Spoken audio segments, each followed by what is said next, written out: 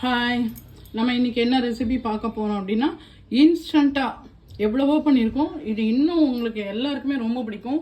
இன்ஸ்டண்ட்டாக பண்ணக்கூடிய ஒரு மோர் குழம்பு. இப்போ வீட்டில் கெஸ்ட் வந்துட்டான், நம்ம அன்றைக்கி சாம்பார் பண்ணல, ஐயோ திருப்பியும் பருப்பு பண்ணணுமா, அந்த மாதிரிலாம் வேணாம். இது வந்து ஒரு கேரளா ஸ்பெஷல். என்னோடய சிஸ்டர் தான் சொல்லி கொடுத்தாங்க. ரியலி சூப்பராக இருக்கும். இதுக்கு தேவையான இன்க்ரீடியன்ஸ் என்ன, மெயின் ஹீரோவே வந்து மாவடு, அதுக்கப்புறம் வந்து கொத்தமல்லி, கருவேப்பிலை, வெந்தயம், தாளிக்கிறதுக்கு வெந்தயம், கடுகு, ஒரு காஞ்ச மிளகா, தேங்காய் அரைக்கிறதுக்கு. இப்போது இந்த தேங்காவோட இந்த மாவடு இருக்குது இல்லையா, மாவடு தண்ணியோட கூட நீங்கள் போட்டுக்கலாம். இதுக்கு உப்போ எதுவுமே அடுப்போ எதுவுமே தேவை கிடையாது. இப்போ இதுலேயே ஆல்ரெடி நம்ம மிளகா உப்பு எல்லாமே இருக்கும், மஞ்சள் பொடி, மிளகா உப்பு எல்லாமே. இதையும் கொஞ்சம் அப்படியே விட்டு அப்படியே தண்ணி ரெடியாக வச்சுக்கோங்க. ஃபஸ்ட்டு அதை கிரைண்ட் பண்ணிவிட்டு அப்புறம் இந்த தண்ணியை நம்ம ஆட் பண்ணிக்கலாம். இன்னும் கொஞ்சம் தண்ணி வேணுனாலும் மாவடு தண்ணியை நீங்கள் ஆட் பண்ணிக்கலாம், ரொம்ப நல்லாயிருக்கும். வாங்க இதை அரைச்சி எடுத்துன்னு வந்துடலாம். இப்போ இந்த மாதிரி அரைச்சி நம்ம வச்சுருக்கோம். இப்போ இதில் இன்னும் கொஞ்சம் அந்த கப்பில் இருக்கிற அந்த தண்ணியை வந்து நல்லா கொஞ்சம் விட்டு நல்லா நைஸாக நம்ம அரைச்சிக்கலாம். இது அடுப்பு பற்ற வைக்கணும் அந்த மாதிரிலாம் வேண்டாம், கடுகு தாளிக்கிறதுக்கு மட்டும்தான். இதையே நம்ம வந்து அரைச்சி எடுத்துன்னு வந்துடலாம்.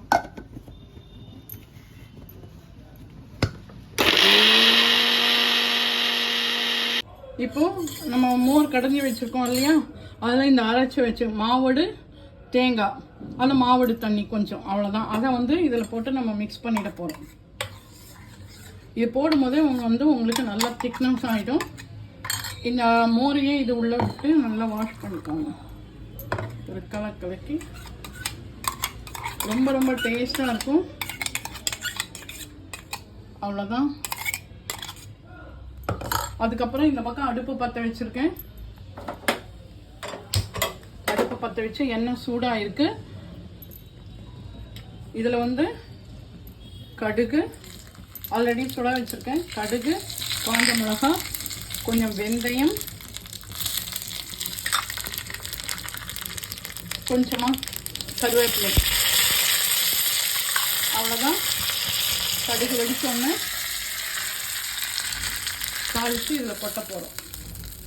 அவ்வளோதான். நம்ம குட்டி குட்டியாக நெருக்கி வச்சுருந்தோம் இல்லையா கொத்தமல்லி, அதையும் நம்ம வந்து இதெல்லாம் போட போகிறோம். அவ்வளோதான்.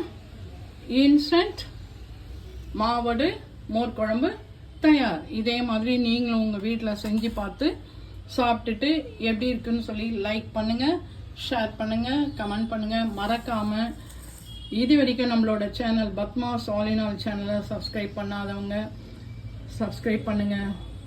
பாய், டேக் கேர்.